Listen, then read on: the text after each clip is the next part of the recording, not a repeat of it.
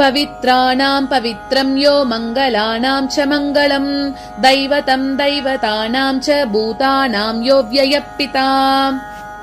தர்மபுத்திரருக்கு கெட்ட செயல்களோட பின்விளைவுகள் பத்தின அந்த ஞாபகங்களே இன்னும் நிறைய இருக்கு. அதை பத்தி பயந்துட்டே இருக்காரு இன்னும் நிறைய. அதனாலதான் பீஷ்மர் கிட்ட நிறைய சந்தேகங்கள் கேட்கிறார்.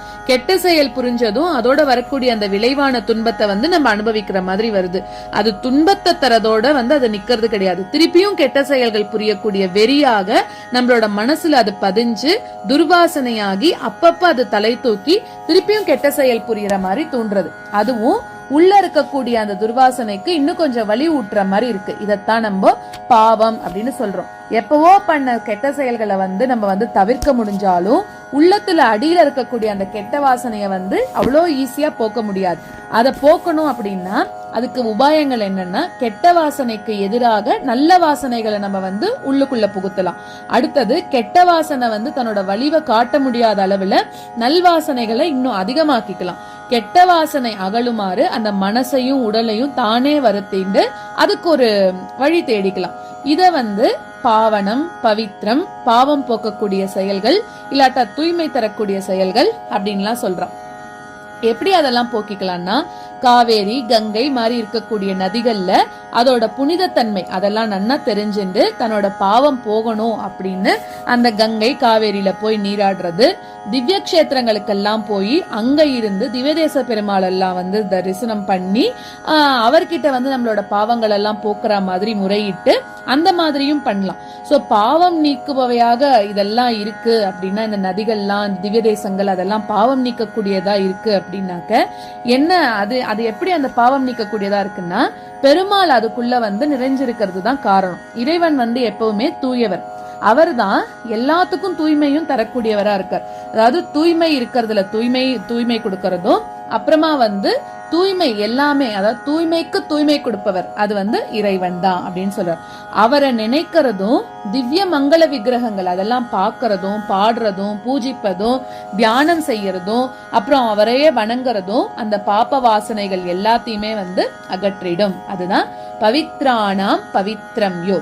அடுத்தது யார துதிச்சு வழிபட்டு மங்களம் பெறலாம் அப்படிங்கறது அடுத்த கேள்வி. சுபம் அப்படின்னா மங்களமானது, சுகமானது. பிரம்மதன் மங்களம் வித்து, அதாவது பரம்பொருள் தான் பெரிய மங்களம். மங்களமானவைகளா இருக்கக்கூடிய பூ, அப்புறம் அக்ஷதை, தயிர், பசு, சுமங்கலி, இந்த மாதிரி இதெல்லாம் நம்ம மங்கள பொருட்கள்னு சொல்றோம். அதுக்குள்ள இருக்கக்கூடிய மங்களத்தன்மை எப்படி வந்ததுன்னா, அதுக்கும் மங்களத்தன்மை பெருமாள் தான் கொடுக்கிறார். மங்கள பொருட்கள் எல்லாமே மங்களத்தன்மை அளிக்கக்கூடியவர் பெருமாள். அப்படிப்பட்ட மங்களமானவர் இறைவனே. மங்களானாம்ச மங்களம், நம்ம எதெல்லாம் மங்களம்னு நினைக்கிறோமோ அதுக்கெல்லாம் மங்களத்தன்மை கொடுக்கக்கூடியவர் பெருமாள் அப்படின்னு அர்த்தம்.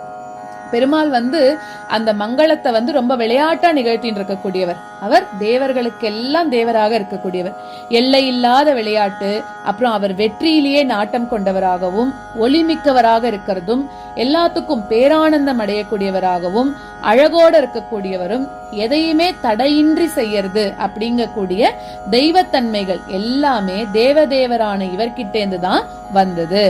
இவரையே தேவர்களும் முக்கிய வழிபாட்டுக்கும் துதிக்கணும் அப்படின்னு நினைக்கிறவராகவும் கொண்டாடுறா. தெய்வதம் தேவதானாம் ச, தேவர்களும் இவரை தான் முக்கியமானவர்களா கொண்டாடுறா. தேவர்களுக்கும் தேவரான அவர்கிட்ட மனுஷன் எப்படி நெருங்கிறது? உயிரினம், இந்த மாதிரி இருக்கக்கூடிய உயிரினம் எல்லாத்துக்குமே தந்தையாக இருக்கக்கூடியவர் அவர்தான். இந்த உலகியல்ல பிறக்கக்கூடிய ஒரு ஜீவனுக்கும் பாதுகாப்பும் வளர்ச்சி எல்லாத்தையும் அமைச்சு கொடுக்கக்கூடியவர் பெருமாள் பிதா. அவர் தான் ஜெகத் பிதா. அதாவது அந்த தந்தை ஒரு ஜீவன் வளர்ச்சி பெற்றிருக்கும் போதே பாதுகாப்பு, அதாவது வளர்ச்சி பெற்று பாதுகாப்பு இல்லாம இருக்கும் போதே மறைஞ்சிடக்கூடும். அதாவது வாழ்நாள் முழுவதும் கூட இருப்பார் அப்படின்னு நம்ம சொல்றதுக்கு இல்ல. சோ இறைவனா இருக்கக்கூடிய தந்தை எந்நேரமும் நம்மளோட இருக்கக்கூடியவர், நம்மள விட்டு அழியாதவர். அதனால எப்பவும் அனைத்து காக்கக்கூடியவர். பூதானாம் யோ அவ்யய பிதா, பூதானாம் யோவ்யய பிதா. அததான் பிரிச்சு பார்த்தாக்க பூதானாம் யோ அவ்யய பிதா. அப்படி அவ்யயம்னா வித்தவுட் எனி சேஞ்ச், எது அழிஞ்சாலும் அழியாட்டியும் எப்பவுமே நம்ம கூடவே ஜெகத் பிதாவாக இருக்கக்கூடியவர் பெருமாள் ஒருத்தர் தான். யதஸ் சர்வாணி பூதானி பவந்த்யாதி யுகாகமே யஸ்மின்ஷ்ச பிரளயம் யாந்தி புனரேவ யுகக்ஷயே. அதாவது பீஷ்மரோட அடுத்த ரிப்ளை யார பத்தி அப்படின்னு சொன்னார் இல்லையா, அந்த புருஷோத்தமன் மங்களங்கள் எல்லாத்தையும் கொடுக்கக்கூடியவன், ரொம்ப பவித்திரமானவன் அப்படின்லாம் சொல்லிண்டே வந்தார் இல்லையா. இங்க என்ன சொல்றாருன்னா, நான் யார பத்தி சொல்ல போறேன் அப்படின்னா, சர்வாணி பூதானி எல்லா ஜீவராசிகளுக்கும் பவந்தியாதி, அதாவது சிருஷ்டி ஆரம்பத்துல யார்கிட்ட இருந்து வெளியில வந்ததோ அதே மாதிரி சிருஷ்டி அந்த யுகம் முடிஞ்சதுக்கு அப்புறம் திருப்பி யார்கிட்ட போய் ஒடுங்குறதோ அவரை பத்தி தான் சொல்றேன் அப்படின்னு சொல்றாரு. இன்னும் யாருன்றது கிளியரா சொல்லல அவர் பீஷ்மர். ஏன்னா கொஞ்சம் கொஞ்சமா ஹிண்ட் தான் கொடுக்கிறார். கடைசியில தான் அவர் யாரு அப்படின்னு சொல்ல போறார். அவர்கிட்ட நீங்க நம்பிக்கை வைங்க, அவரையே போய் நீங்க சேரக்கூடிய இடமா நினைச்சுக்கோங்க அப்படின்னு யாரோ ஒருத்தரை பத்தி சொல்ற மாதிரிதான் இப்ப வரைக்கும் பீஷ்மர் ரிப்ளை கொடுத்துட்டே வந்துட்டு இருக்கார். தஸ்ய லோக பிரதானஸ்ய ஜகன்னாதஸ்ய பூபதே விஷ்ணோர் நாம சஹஸ்ரம் மே ஸ்ருணு பாப பயாபகம். இந்த உலகத்தோட தோற்றமும் நடுவுல இருப்பும் மறைவும் இவர்கிட்டதான். இவர்தான் தந்தையாகி காத்து கொண்டிருக்கக்கூடியவர், இவர்தான் மங்களம், இவர்தான் தூய்மைப்படுத்தக்கூடியவர், இவர்தான் நம்ம போய் சேர வேண்டிய பேரிடம், இவர்தான் பரம்பொருள், இவர்தான் ஆண்டவன், இவர்தான் பேரொளி. அதனால இவர்தான் உலகத்துக்கு ஒரே தெய்வம். தஸ்ய லோக பிரதானஸ்ய, இவரதான் இந்த உலகம் ஃபுல்லா அண்டி இருக்கு. ஜெகநாதஸ்ய, அந்த எங்கும் எப்போதும் நிறைஞ்சிருக்கக்கூடிய விஷ்ணுவோட பேராயிரத்தை சொல்றேன். விஷ்ணோர் நாம சகஸ்ரமே ஸ்ருணு பாப பயாபகம், அந்த பேராயிரத்தை சொல்றேன், அத நீ கேளு அப்படின்னு சொல்லிட்டு சொல்றாரு. அந்த பேர்கள் எல்லாம் கேட்டாலே உன்னோட பாவத்திலிருந்து விடுபடுறதுக்கு உனக்கு வாய்ப்பு இருக்கு. அந்த அதெல்லாம் எதெல்லாம் நினைச்சு நீ பயப்படுறேன்னு சொல்ற இல்லையா, இந்த பெருமாளோட பேர் எல்லாத்தையுமே நான் சொல்றேன், அதெல்லாம் நீ கேளு. அந்த பெருமாளோட பேரெல்லாம் நீ சொன்னாலே உன்னோட பாவங்களும் தொலையும், பயமும் போகும் அப்படின்னு சொல்லிட்டு சொல்றார். இப்ப இவ்ளோ நீ கொலை பண்ணிட்டேன், என்ன பாவம் வருமோ அப்படின்லாம் சொல்லி இவன் பயந்துண்டு பீஷ்மர் கிட்ட கேள்வி எல்லாம் கேக்குறான்ல. அதுக்கு பீஷ்மர் சொல்றார், நான் ஒரு பெருமாளோட பேராயிரத்தை சொல்றேன், அதை நீ கேட்டேன்னாலே உன்னோட பாவங்கள் எல்லாமே போயிடும் அப்படின்னு சொல்ற. யானி நாமானி கௌணானி விக்யாதானி மகாத்மனஹ ரிஷிபிஃப் பரிகீதானி தானி வக்ஷ்யாமி பூதயே. அந்த பெருமாளோட பெயர்கள் குணசிறப்பு கொண்டு ஏற்பட்டது, உலகத்துல வழக்கத்துல இருக்கிறது தான், நன்னா தெரிஞ்சின்ற அந்த முனிவர்களால உணர்ந்து பாட பெற்றது.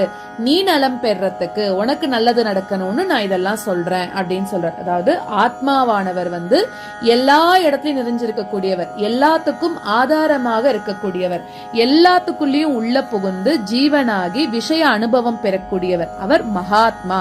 அவரோட பெயர்கள் அவரோட லீலையால ஏற்ற வடிவங்களின் நிற அழகு, சொல்லழகு, செயலழகு, அந்த மாதிரி இருக்கக்கூடிய குண சிறப்புகளை வெளிப்படுத்தக்கூடியது. கௌணானி, அவை லீலைகளால கவரப்பட்ட மக்களோட வழக்குல தொடர்ந்து இருந்துருக்கு. விக்யாதானி, ருஷிகள் தத்துவங்களை ஆராயறதுல ரொம்ப ஈடுபட்டவர்கள், அதாவது கை தேர்ந்தவர்கள் அப்படின்னு சொல்ற. பரம ரகசியமா இருந்த அந்த தெய்வீக சக்தி மிக்க அந்த சொல்லமைப்புகளை மந்திரங்கள் வச்சுட்டு தெரிஞ்சின்றவா. மனுஷ இனத்தோட அந்த மேம்பாட்டிலேயே கருத்துள்ள அந்த ஆப்தர்கள், அவ தான் தெரிஞ்சின்ற அந்த ரகசியமான அந்த பகவத் நாமங்களை எல்லாத்தையும் சுவைச்சு ஆனந்த மேலீட்டுனால இன்னும் சத்தமா பாடி புகழ்ந்து அவர் அது எல்லாத்தையும் இன்னும் பல பேருக்கு தெரிவிக்க செய்தவர்கள். அவங்க தேர்ந்தெடுத்து பாடின அந்த சக்தி மிக்க நாமங்கள், அதாவது ரிஷிபி பரிகீதானி, அந்த ரிஷிகள் தேர்ந்தெடுத்து பரிகீதானி எல்லா திசைகளிலும் பாடின அந்த நாமங்களை அத சொல்ல சொல்ல எல்லா நலன்களும் உனக்கு தன்னால கிட்டும், உனக்கும் அது கிடைக்கட்டும் அப்படின்னு நான் இதை உனக்கு சொல்றேன் அப்படின்ற. வக்ஷ்யாமி பூத்தையே, அதாவது அவரே எல்லா நலன்களும் அருளக்கூடியவர், அவரே எல்லா நலன்களையும் அருளக்கூடியவர் அப்படின்னு சொல்லிட்டு சொல்றார்.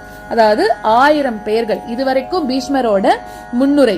இனிமே அந்த பெருமாளோட அந்த 1000 நாமங்கள் ஸ்டார்ட் ஆக போறது. சிவன், ஸ்கந்தன், ஆதித்யன், சந்திரன், இந்த மாதிரி இருக்கக்கூடிய வேறு தேவதைகளுக்கு இருக்கக்கூடிய நாமங்கள் எல்லாமே இதுல அடங்கிறது. எல்லாமே அந்த பரம்பொருளே, அதனால தனித்தனி தேவதையாக குறிப்பிடுற மாதிரி இங்க நம்ம அதை தனியா பிரிச்சு சொல்ல முடியாது அப்படின்னு சொல்லிட்டு சொல்றோம். சில பேர் இதுல திருப்பி திருப்பி வரும். அதாவது ஸ்ரீபதி, மாதவ அது மாதிரி இருக்கக்கூடிய ஒரே பொருள் இருக்கிறதும் வேறு சொல்லமைப்பு கொண்டவையுமா இருக்கக்கூடிய சில நாமங்கள் இதுல வருது. சோ சொற்கள் வேற வேறையாக இருக்கிறதுனால அத தனித்தவை அப்படின்னு தான் நம்ம நினைச்சுக்கணும். அது எல்லாமே பற்பல நிலைகளை விளக்கக்கூடியதாகவும் ஒரே ஒரு தேவதையா இருக்கக்கூடிய அந்த விஷ்ணு பரமாத்மாவையே குறிக்கிறது. அதனால இந்த 1000 நாமங்களும் விஷ்ணுவுடையதே அப்படின்னு சொல்லிட்டு சொல்றேன். ऋषिर् नाम्नां सहस्रस्य वेदव्यासो महामुनिः छन्दोऽनुष्टुप् तदा देवो भगवान् देवकीसुतः अमृतांशोद्भवो बीजं शक्तिर्देवकी नन्दनः त्रिसामा हृदयं तस्य शान्त्यर्थे विनियुज्यते विष्णुं जिष्णुं महाविष्णुं प्रभविष्णुं महेश्वरम् अनेकरूपं दैत्यान्तं नमामि पुरुषोत्तमम्. சோ இந்த பேர் 1000க்கும் வேதவியாச மகாமுனிவர் ரிஷி, அனுஷ்டுப் அப்படிங்கிறது சந்தஸ், தேவகியோட குமாரன் தேவதை, அமிர்தாம் சுத்பவ அப்படின்னு சொல்லக்கூடிய நாமம் பீஜம், அதாவது ரொம்ப பவர்ஃபுல்லான நாமம், தேவகி நந்தனக அப்படின்னு சொல்லக்கூடிய நாமம் சக்தி, திரிசாமான் சொல்லக்கூடிய நாமம் ஹிருதயம் மாதிரி, அமைதி வேணும் அப்படிங்கறதுக்காக இந்த பாராயணம் பயன்படுத்தப்படுறது.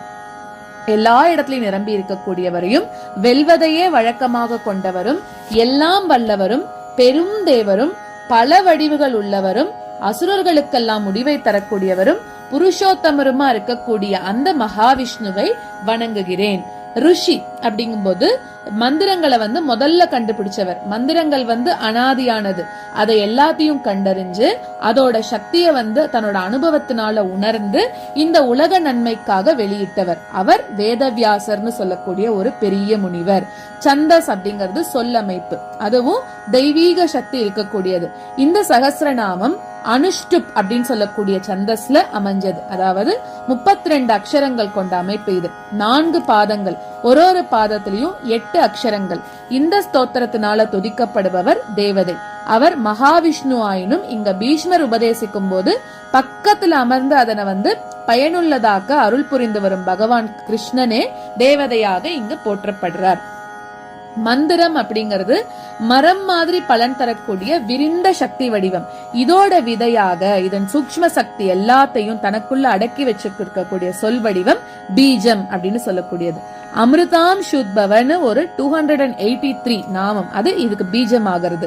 தேவகி நந்தனன்னு சொல்லக்கூடிய 989th நாமம் அந்த பீஜத்துல அடங்கி இருக்கக்கூடிய சக்தியாக இருக்கு. அந்த சக்தி முக்கியமாக உழவக்கூடிய இடம் ஹிருதயம். அது திரிசாமான் சொல்லக்கூடிய 574th நாமமாக இருக்கு.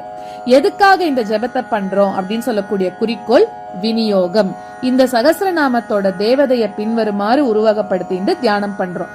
அந்த தேவதை தான் ஸ்ரீ மகாவிஷ்ணு. அவர் அநேக ரூபர், விஸ்வரூபர், எல்லா வடிவத்திலையும் தோன்றும் பொருட்கள் எல்லாத்தோட வடிவிலையும் தோன்றக்கூடியவர். இதுதான் அவரோட வடிவம் அப்படின்னு நம்மளால சொல்ல முடியாது.